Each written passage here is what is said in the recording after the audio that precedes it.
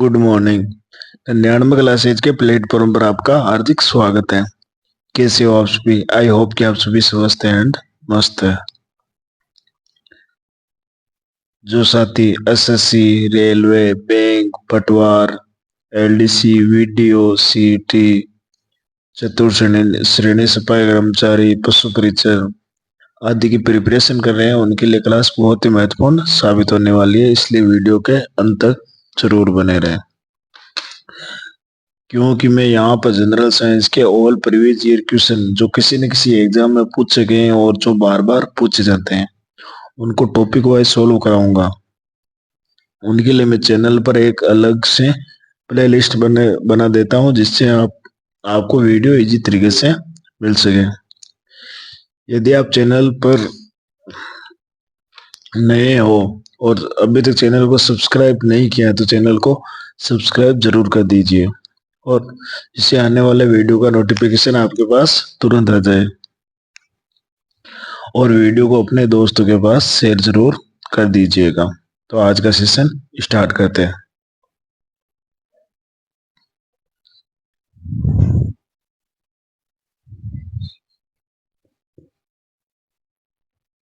क्या पूछा गया दोस्तों? ध्वनि तरंगों की प्रकृति होती है।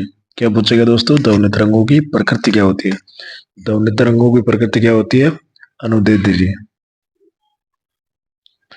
तो आपको यहाँ पर हमेशा याद रखना है, जहां पर मीडियम का नाम नहीं ले रहा है तो वहां पर हमेशा कौन सी तरंग होगी?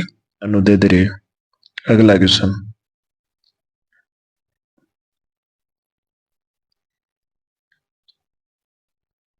निम्न में से कौन सा कथन ध्वनि तरंगों के लिए सत्य है? तो कौन सा तरंग ध्वनि तरंगों के लिए सत्य है दोस्तों?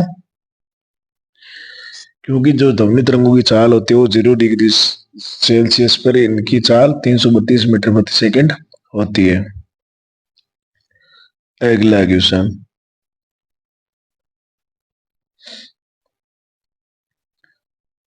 अवसर्य तरंगों की आवृत्ति होती है।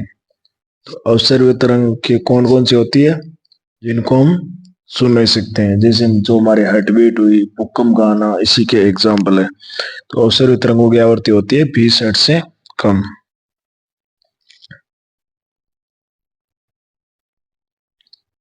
अगला क्वेश्चन। बहुत ही अच्छा क्वेश्चन।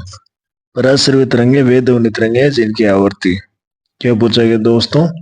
पराश्रव्य तरंगे वे ध्वनि तरंगे हैं जिनकी आवृत्ति। तो पराश्रव्य तरंगों की आवृत्ति कितनी होती है?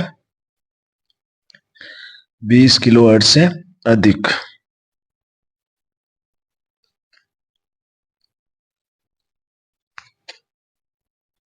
अर्थात जिनकी आवृत्ति 20,000 हर्ट्ज से अधिक होती है इनको हम 20 किलो हर्ट्ज भी लिख सकते हैं। जैसे ये 20,000 हर्ट्ज है,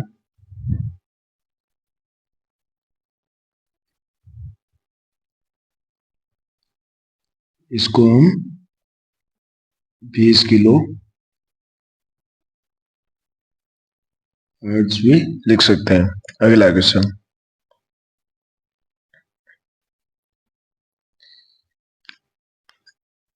पराश्रव्य तरंगे मनुष्य द्वारा। क्या पूछा है दोस्तों? पराश्रव्य तरंगे मनुष्य द्वारा। तो पराश्रव्य तरंगे मनुष्य द्वारा नहीं सुनी जा सकती है क्योंकि इनको मानव के जो कान है वो सहन नहीं कर सकते हैं।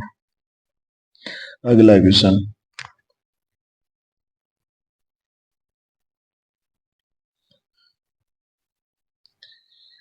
बहुत ही अच्छा क्वेश्चन। ये टेक्नीशियन में पूछा गया क्वेश्चन है। पराश्रव्य तरंगों को सबसे पहले किसने सिटी बजाकर उत्पन्न किया था? तो पराश्रव्य तरंगों को सबसे पहले किसने सिटी बजाकर उत्पन्न किया था दोस्तों? गाल्टन ने। अगला क्वेश्चन।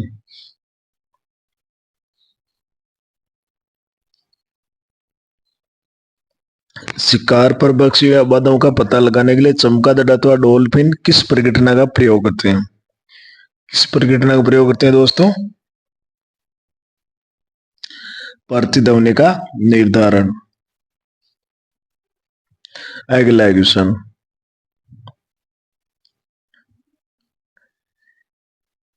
कीड़ों तथा हानि पहुंचाने वाले तत्वों को घरों से दूर भगाने के लिए प्रयोग में लाया जाता है। क्या पूछा गया दोस्तों? कीड़ों तथा हानि पहुंचाने वाले तत्वों को घरों से दूर भगाने के लिए प्रयोग में लाया जाता है। तो क्या प्रयोग में लाया जाता है? अल्ट्रासोनिक तरंग।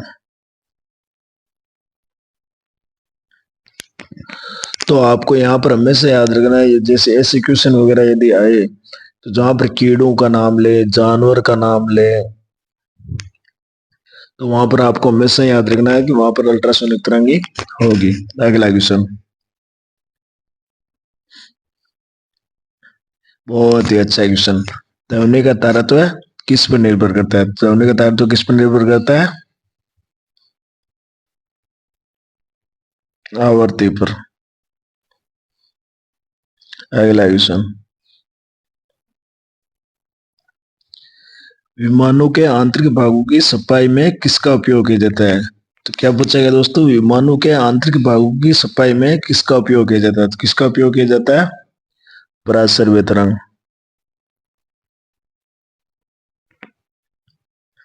जैसा मैंने 8 का सेम ही बताया था, जैसे कीड़े, जानवर और यदि एयरक्राफ्ट से रिलेटेड या हानिकारक आदि के लिए नाम ले तो वहां पर हमेशा कौन सी तरंग होगी? पराश्रव्य तरंग। अगला क्वेश्चन,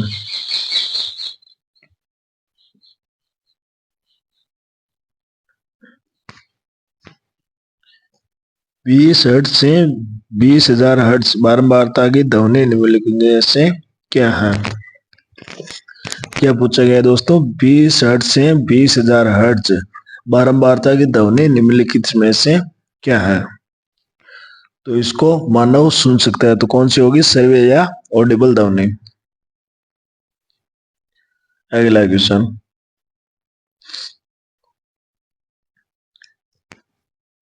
तरंग का वेग v, आवर्ती है न्यू तथा तरंग दैर्ध्य लैम्डा में संबंध दिया जाता है। तो ये तो फिक्स क्वेश्चन है, इसमें तो कोई समझाने वाला कुछ है नहीं। तो क्या संबंध है? v बराबर न्यू गुणा लैम्डा।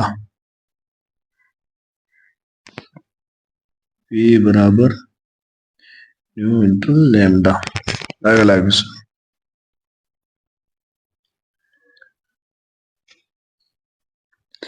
चंद्रमा पर धरातल से दूर स्पॉट सुनाई नहीं पड़ता है।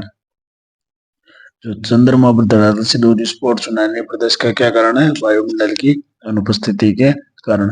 अब कुछ दोस्त पूछेंगे कि पृथ्वी पर क्यों सुनाई देता है? तो पृथ्वी पर वायुमंडल हवा के उपस्थित होने के कारण वहां पर सुनाई पड़ता है। अगला क्वेश्चन,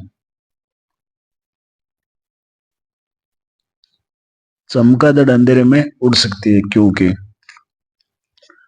क्योंकि उसकी आंख का जो पिपिल होता है वह बड़ा होता है, जिससे उसको रात में उसको साफ दिखाई देता है पिपिल के कारण ही, तो वह अंधेरे में भी उड़ सकती है। अगला क्वेश्चन,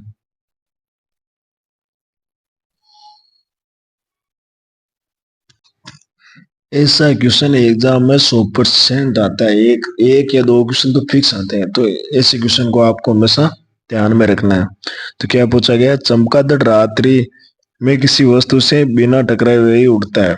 ये पहला कथन दिया हुआ है। अब दूसरा कथन दिया हुआ है, चमगादड़ों में इंफ्रासोनिक तरंगें निकलती है। तो जैसा हमने पिछले क्वेश्चन में देखा था, चमगादड़ रात्रि में किसी वस्तु से बिना टकराए हुए उड़ता है क्योंकि उसको साफ दिखाई देता है, इस कारण से वह उड़ता है। दूसरा कथन दिया हुआ है हमारे को, चमगादड़ों में इंफ्रासोनिक तरंगें निकलती है। तो चमगादड़ों में इंफ्रासोनिक तरंगें निकलती है, इसके कारण वह नहीं उड़ता। तो हमने जैसे पिछले क्वेश्चन में देखा, उसकी आंख में जो प्यूपिल होता है बड़ा होने के कारण उसको दिखाई देता है, इस कारण से उड़ता है। तो इसका पहला ऑप्शन तो राइट हो गया और दूसरा सही नहीं है। तो इसका कौन सा ऑप्शन राइट होगा? सी।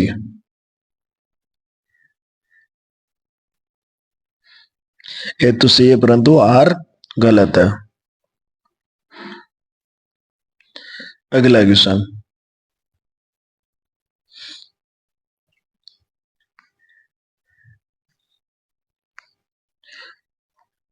वायु में ध्वनि की चाल 332 मीटर प्रति सेकंड होती है। यदि दाब बढ़ाकर दुगुना कर दिया जाए तो ध्वनि की चाल होगी। क्या पूछा गया दोस्तों? बहुत ही अच्छा क्वेश्चन है। तो वायु में ध्वनि की चाल 332 मीटर प्रति सेकंड होती है। दाब बढ़ाकर दोगुना कर दिया जाए तो ध्वनि की चाल होगी। तो ये हमारे को पता है, चाल का दाब पर कोई प्रभाव नहीं पड़ता है, तो ये चेंज नहीं होगी, 332 मीटर प्रति सेकंड ही होगी। अगला क्वेश्चन,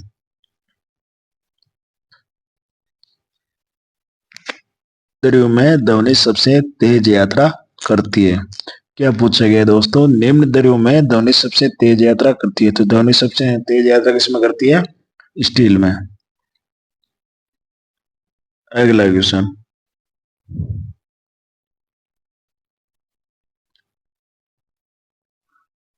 बादलों की बिजली की चमक के काफी समय बाद बादलों की गर्जन सुनाई देती है, इसका क्या कारण है? क्या कारण है इसका?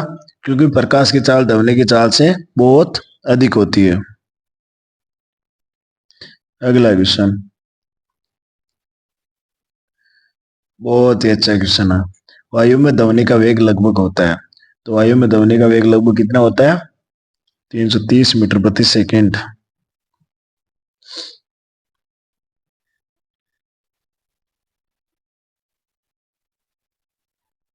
अगला क्वेश्चन, ध्वनि तरंगे सर्वाधिक तीव्र गति से चलती है।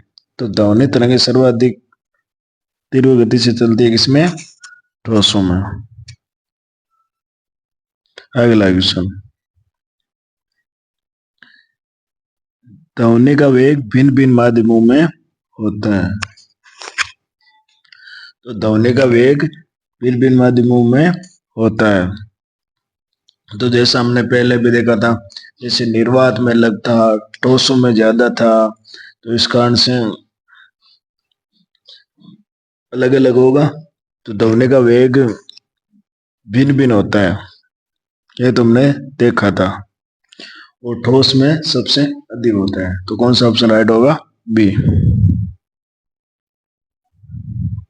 अगला क्वेश्चन, लगभग 20 डिग्री सेंटीग्रेड अधिकतम रहेगी तापक्रम पर किस माध्यम में ध्वनि की गति? किस माध्यम में ध्वनि की गति अधिकतम होगी दोस्तों?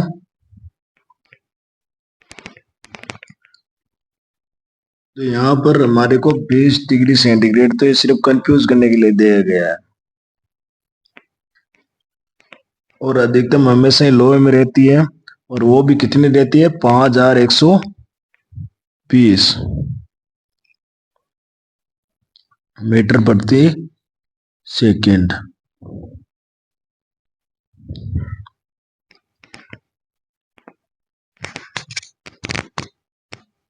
अगला क्वेश्चन,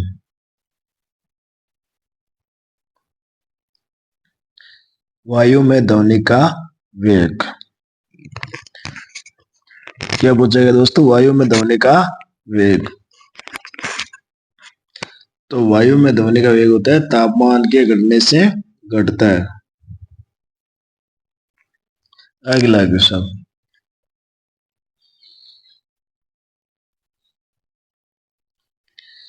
पराध्वनिक विमान उड़ते हैं। तो पराध्वनिक विमान उड़ते हैं वो ध्वनि की चाल से अधिक चाल से। अगला क्वेश्चन, वस्तु के वेग तथा उसी माध्यम से एक उन्हीं परिस्थितियों में ध्वनि के वेग के अनुपात को कहते हैं। तो ये तो फिक्स क्वेश्चन है, इसको क्या कहते हैं? मेघ संख्या। इसमें तो कुछ समझाने लायक है नहीं, क्योंकि ये तो किसी वैज्ञानिक ने फिक्स परिभाषा दी थी। तो इसका कौन सा ऑप्शन राइट होगा? ऑप्शन नंबर डी, मेघ संख्या।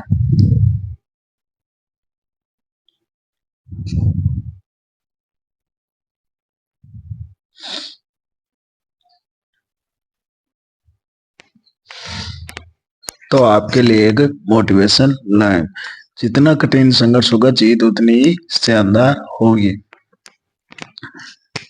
तो स्वामी विवेकानंद ने कहा है कि जितना आप कठिन संघर्ष करेंगे आपकी जीत होगी और उतनी ही शानदार होगी।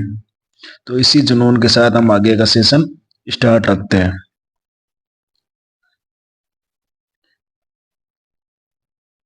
में एक अंकों का प्रयोग वेग के संबंध में किया जाता है। तो किसके संबंध में किया जाता है दोस्तों? वायुयान के।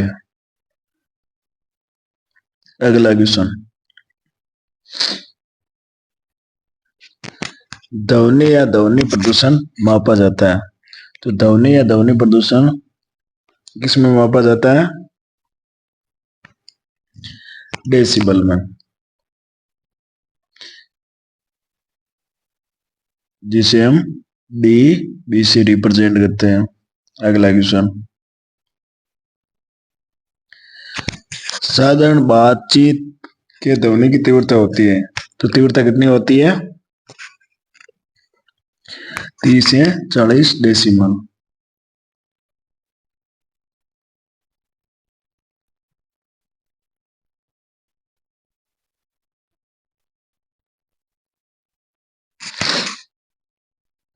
अगला क्वेश्चन, ध्वनि की वह विशेषता जो एक मादा ध्वनि को नर ध्वनि से अलग करती है, क्या कहलाती है?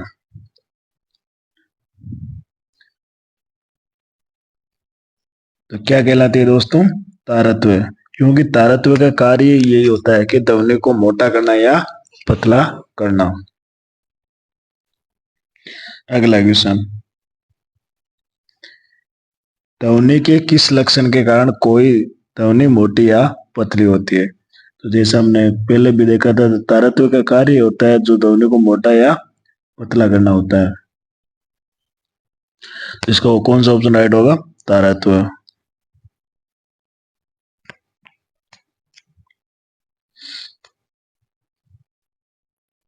अगला क्वेश्चन, पुरुषों की अपेक्षा महिलाओं की आवाज अधिक तीक्ष्ण होती है, क्योंकि महिलाओं की आवाज का। तो क्या पूछा गया दोस्तों?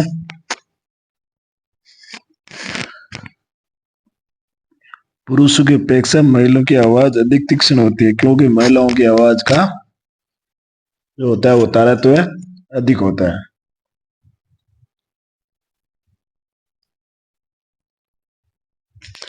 अगला क्वेश्चन, क्योंकि तारत्व का कार्य होता है ध्वनि को मोटा या पतला करना। अगला क्वेश्चन, एक युवक पुरुष आवाज की तुलना में छोटे बच्चों की आवाज प्रिय लगती है में होता है। तो छोटे बच्चों की आवाज प्रिय क्यों लगती है, इसका क्या कारण है?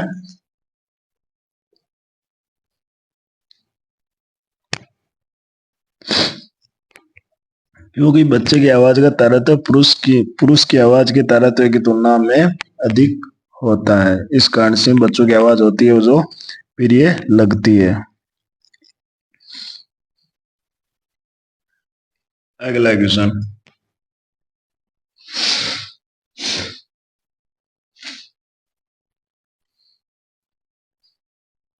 स्त्रियों की आवाज पुरुषों की अपेक्षा पतली होती है, क्योंकि स्त्रियों की आवाज।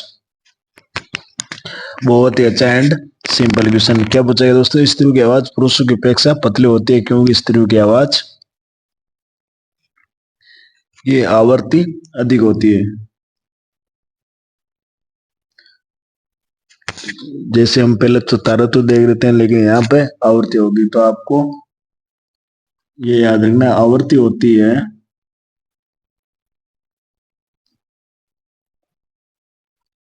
वो समानुपाती होती है तारतम्य के, अर्थात पिच।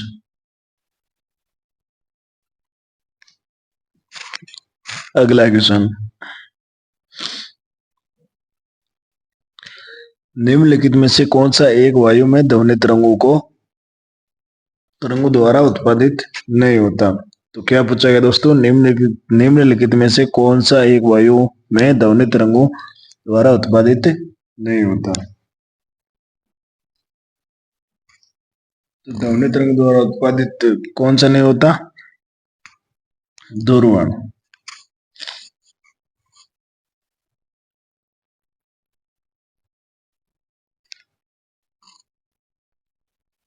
क्योंकि ये सिर्फ लाइट में उत्पन्न होता है। जो बाकी सभी है जो ध्वनि तरंगों द्वारा उत्पादित होते हैं, जैसे विवर्तन हो गया, अपवर्तन, परावर्तन, ये सभी ध्वनि तरंगों द्वारा उत्पादित होते हैं। अगला क्वेश्चन,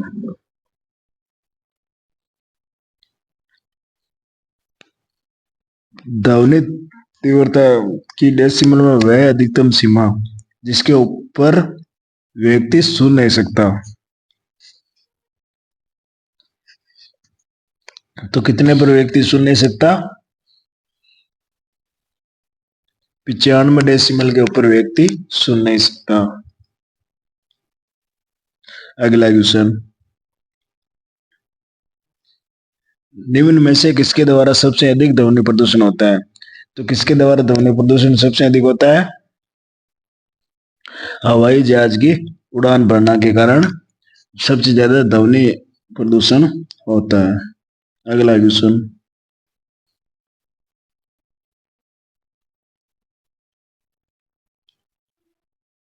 नजदीक आती रेलगाड़ी की सीटी की आवाज बढ़ती है जबकि दूर जाने वाली रेल के लिए ये घटती है। इस घटना का उदाहरण है, ये घटना उदाहरण है।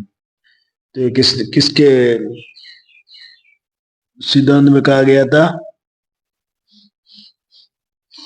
डॉपलर प्रभाव ने। अगला क्वेश्चन, एक अंतरिक्ष यात्री अपने सहपाठी को चंद्रमा की सतह पर सुन नहीं सकता क्योंकि वहां पर मीडियम नहीं होने के कारण वहां पर सुन नहीं सकता। अब कुछ साथी ये भी पूछेंगे कि पृथ्वी पर क्यों सुनाई देता है? तो पृथ्वी पर मीडियम हवा होने के कारण यहाँ पर सुनाई देता है। कौन सा ऑप्शन राइट होगा? ध्वनि प्रचारित करने का माध्यम नहीं होता। अगला क्वेश्चन, चिल्लाते समय व्यक्ति हमेशा हथेली को मुंह के समीप रखते हैं क्योंकि चिल्लाते समय व्यक्ति हमेशा हथेली को मुंह के समीप क्यों रखते हैं? क्योंकि उस स्थिति में ध्वनि ऊर्जा सिर्फ एक दिशा में इंगित होती है, इस कारण से। अगला क्वेश्चन,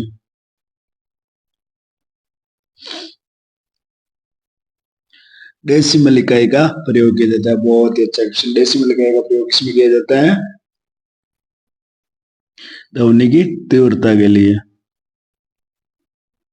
अगला क्वेश्चन, स्पष्ट प्रतिध्वनि सुनने के लिए परावर्तक तल व ध्वनि स्रोत के बीच न्यूनतम दूरी होनी चाहिए।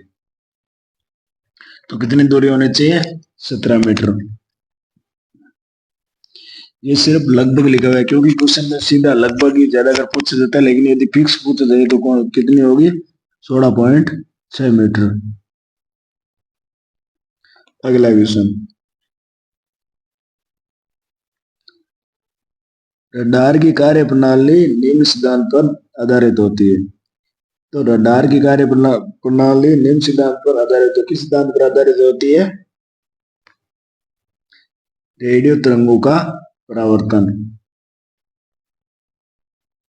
अगला क्वेश्चन,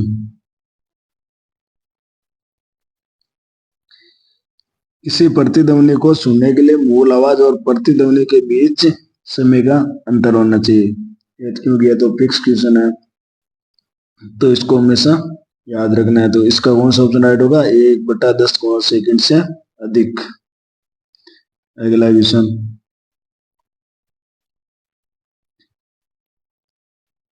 और ये हमारे आज के सेशन का लास्ट क्वेश्चन है।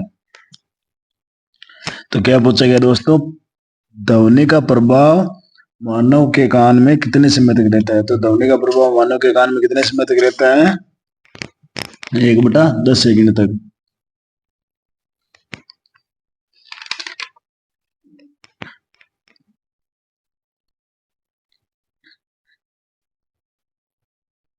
आज के लिए इतना ही। मिलते हैं नए टॉपिक के साथ अगले सेशन में। तो अब आपको क्या करना है? क्वेश्चन की प्रैक्टिस करनी है। जो ज्यादा प्रैक्टिस करेगा उसको उतना ही ज्यादा बेनिफिट होगा। तो वीडियो को लाइक कीजिए। वीडियो कैसा लगा कमेंट में जरूर बताइए और वीडियो को अपने दोस्तों के पास शेयर कीजिए और चैनल को सब्सक्राइब कीजिए। Bye bye, take care, thank you so much.